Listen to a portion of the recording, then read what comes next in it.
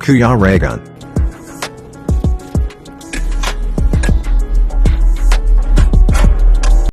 Ayun, mapagpalang araw po mga kalangga. And ayan, kasama pa rin natin si Alpi. Hello, shoutout po sa lahat.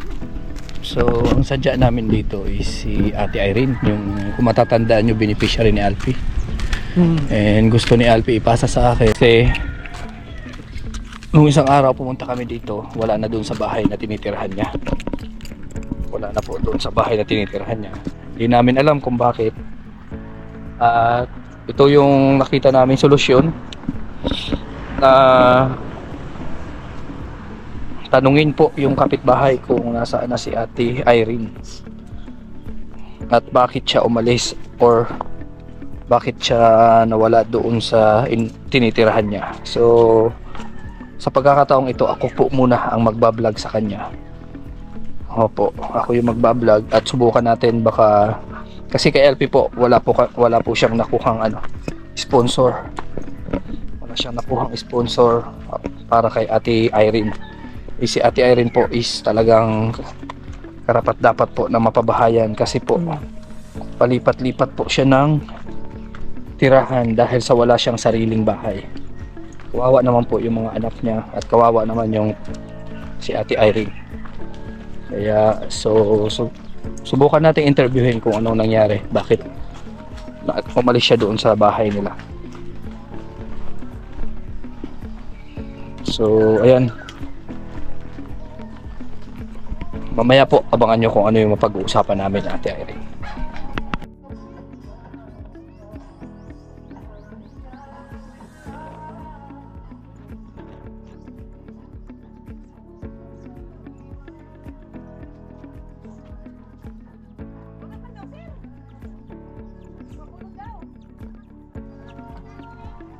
Ah, wala dito? Asan si mama mo? Bundok. Ah, yung ano. Malayo yun? Ewan ko malayo ba? Sino nakakaalam? Alam mo kuya? Alam mo? Ha? Alam mo? Hindi ko pa araw iba. Oh. Yung kinukuhanan nila ng cover natin, hindi mo alam. Nakatas? Dito sa may, bagas, sa taas sa suwaan. Suwaan, dito? Itra-sira dito, hanapan dito. Tara, sama tayo. May suwaan daw. Malayo yun? Malayo yun? Diyan lang sa... Taas. Sama tayo. Lagi. Tayo mo kami. Pasama muna kami dito. Very good! Hello! Hi, hello. Shout out. Ito muna kami. May mga kilala ka dito na mga ano? Wala. Kala ko kasama niyo si Dodo. Ay, wala. Wala na, sa Davao. Lakad ngayon.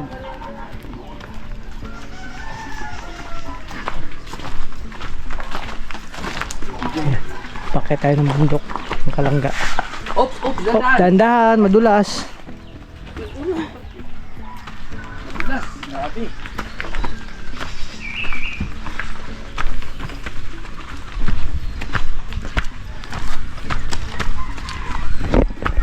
Ay.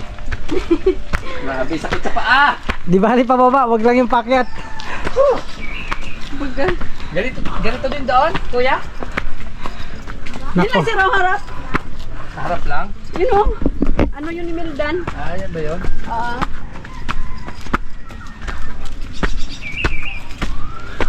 Yun o, yun doon. Tawagan mo doon, Matt.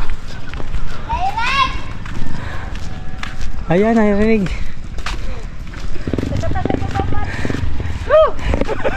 Hingal agad. Ilang akyat lang. Sige tayo kami magano dito. Akit. Malayo pa yan?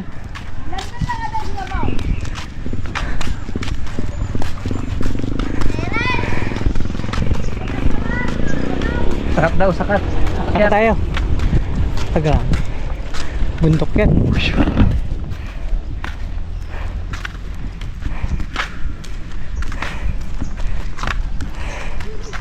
Iba talaga pag wala exercise. Walang exercise, ito yung nangyayari. Pagka 27 years old na, Oo. medyo Hingal. sa exercise. Hingal. Yan yung napuntahan natin mga kalangga. Yun po yung bahay na tinitirhan ngayon ni Ate Irene. So, ang nangyayari sa kanya ngayon is no permanent address. Kawawa naman yung tao. Pagka gagamitin na naman po yung bahay na tinitirhan niya ngayon, paalisin na naman siya doon. Oo. So napakahirap. Palipat-lipat. Hindi mo malaman kung saan ka titira. Ah!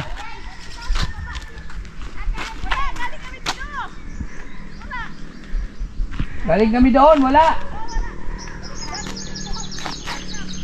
Si ano to? Si Rochelle. Andito si Rochelle. Okay na. Umuulan, paano yan? Umuulan. Hindi, silong siya. Taas yan. Ah.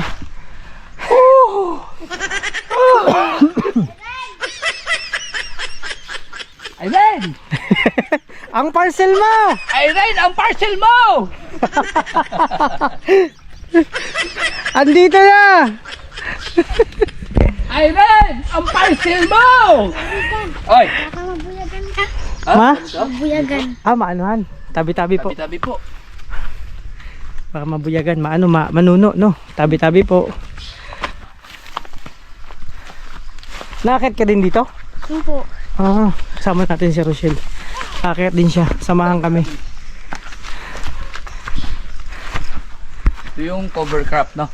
Asan yun? Ito. Alin yung kagaya dyan? Yan yung mga cover crop. Yan, ganyan, no? Ito ba yun? Ganito. Yan, cover crop yan. Tapos, yan po yung ano. Ito nga. Kinukuha ni, yung bunga. Yun nga. Ni Ate Irene. Ate Irene, ang parcel! Grabe. Paket po ito. Tapos nandun na pala sa baba. Nakaw! Sakit sa paa! Baba na naman tayo. Ate Irene, ang rayuma! Ayun!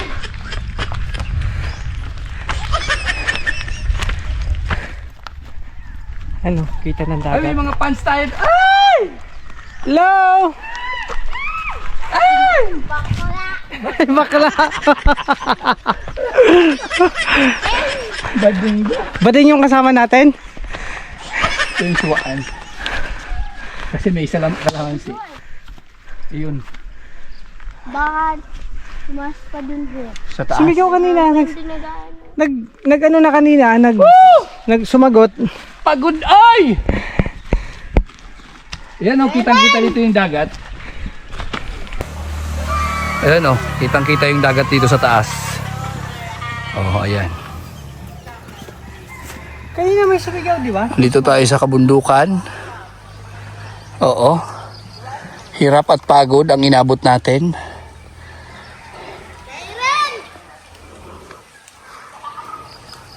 Nahanap pa rin natin si Ate Irene. Kasi dito siya, ito yung sideline niya ito. Dito siya nagtatrabaho. Kumukuha siya ng mga ganito, mga cover crops. Yan. Doon pa sa taas. Doon talaga kasama. Malayo pa yon, malayo. Ha?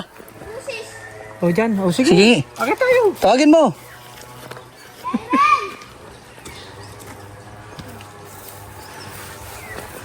Wala. Yan, nandito rin si Rochelle. Babae. Masakit!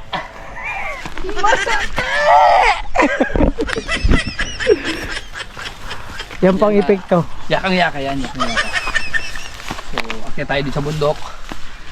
Tapos, kasi may pinaghandaan kami.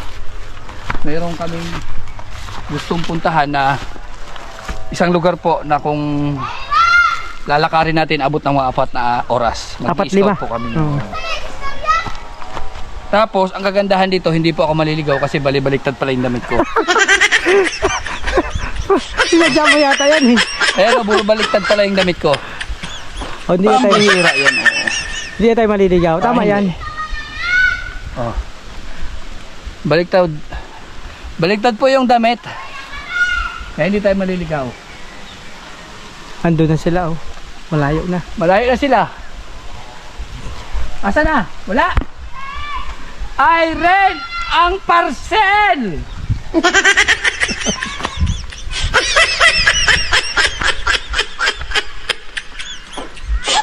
Wala ka na dito, lubi-lubi. Doon, narinig ko doon.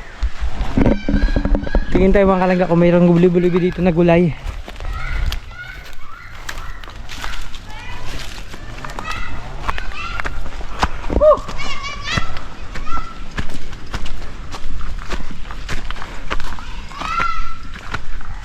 Napakahirap pala mga kalangga kapag wala kang exercise. Pag ganito nako, hingal na.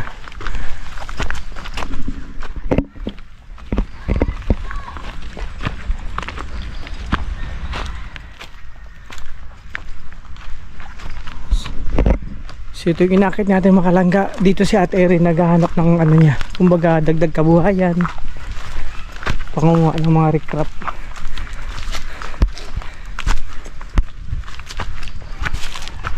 Ah grabe, paakyat pa.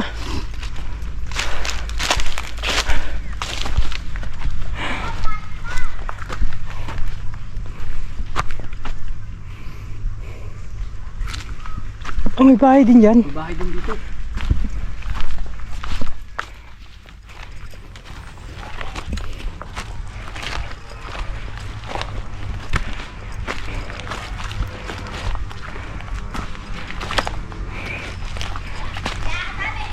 Asan? Sige, punta tayo dyan. Kaya mo lang siya. Akong bahala sa inyo. Lilipad tayo pagbabalik para hindi tayo pagod.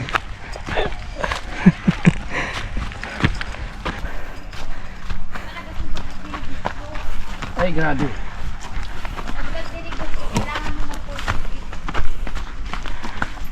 Ayan na si Ate Erin. Grabe layo. Hanap buhay mo, Ate Erin. Ito ba yun? Ah, grabe naman ito. Kasi ano, kailangan ko magpuli gawa ng tumaas na.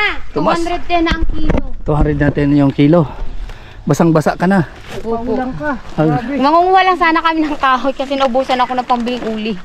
Pambili uling. Kaya, ano yung kinukuha Mas mo? marami na kaming nakuha. Sabi Ano ko, yan? manguha ta uli tayo. Ay. Ano? Ito yung cover crop. Yan pala yung nakukuha mo. Opo. At tapos Ulan eh. iniwan mo doon yung anak mo. Grabe, pagod-pagod. Ay. Nakarating ko kayo dito. Oh, ang Akala taas. ko po, ginujoke lang po. Hinanap ka kasi namin. Ikaw talaga yung sadya namin. At ito, may tour guide pala tayo. Asan yung mga tour guide natin? Ito, may tour guide tayo dito. Ito si ano? Kala mo to eh. Mateo. Matthew. Yan, oh, puging-puging Matthew. At si Rochelle, oh. Yan, sinamahan tayo dito. So, bibigyan din natin sila ng pang candy. Ayan. Thank you Ah, po. Pasensya na po kayo. Makiat pa kayo. Ito, bibigay ko sa inyo. Hati kayo, ha? Pero sa susunod na balik ko dito, babayaran nyo to sa akin ng 500. Ay, balik. Ano? Kumbinsido ka dito? Ayaw na lang. Ha? Hindi. Huwag niya lang daw sabi ni Rosita. Oo, at least ano. Ha? Ay di 200 lang pagbalik ko dito, 200 kapalit nito, ha? Ah, bakit? Saan gatos yun nandiyan dyan sa'yo? Balay. Sa bahay ninyo? Ipon. Ipon mo yon? O, di, bigyan kita ng 50, tapos bigyan mo ako ng 100 pagbalik ko. Yan to. Oh, ano, ayaw mo talaga? Bakit? Ay, Pabayaran. Yun lang. Ayaw daw kasi babayaran pa. Pambihira man ito. O sige na, hati kayong dalawa. Next year ko na lang kayo sisingilin. Tag 500 yung singil ko sa inyo, ha? Next year. Ha? Mag-iipon pa. Ano masasabi nyo? Oo, tag 50 kayo. Ano masasabi nyo na mayroon kayong tag 50? Salamat. Salamat. Salamat. Ayan, salamat daw. And susunod na destinasyon natin, punta tayo kay na Rochelle. Ano si papa mo? Ayun, iniwan mo na naman si papa mo, lagot ka noon. Sinamahan ko kayo. Sinamahan pala kami, kaya pala iniwan. Oo. Andito kami sa kabundukan, so sigurado pagpapawisan tayo nito. At gagandahan dito, hindi talaga ako maliligaw. Kasi ito nga, baliktad na. Oo, hindi tayo maliligaw. Diba? Oy, anong gagawin nyo dyan sa tag 50 nyo? Ate. Palaguin nyo yan ha, kasi pagbalik ko, singiling ko kayo tag 500. Ay, balik na lang. Ibalik na lang doon. Hindi, sige na. Tawat pupunta tayo doon sa inyo. Kaibigan at kasama nyo, Kuya Regan Vlog. Matulungin at mabuti sa kapwa, matanda man o mga bata. Sa adventure ay isasama ka, kabutihan lagi ang dala. Saan man magpunta, Kuya Regan.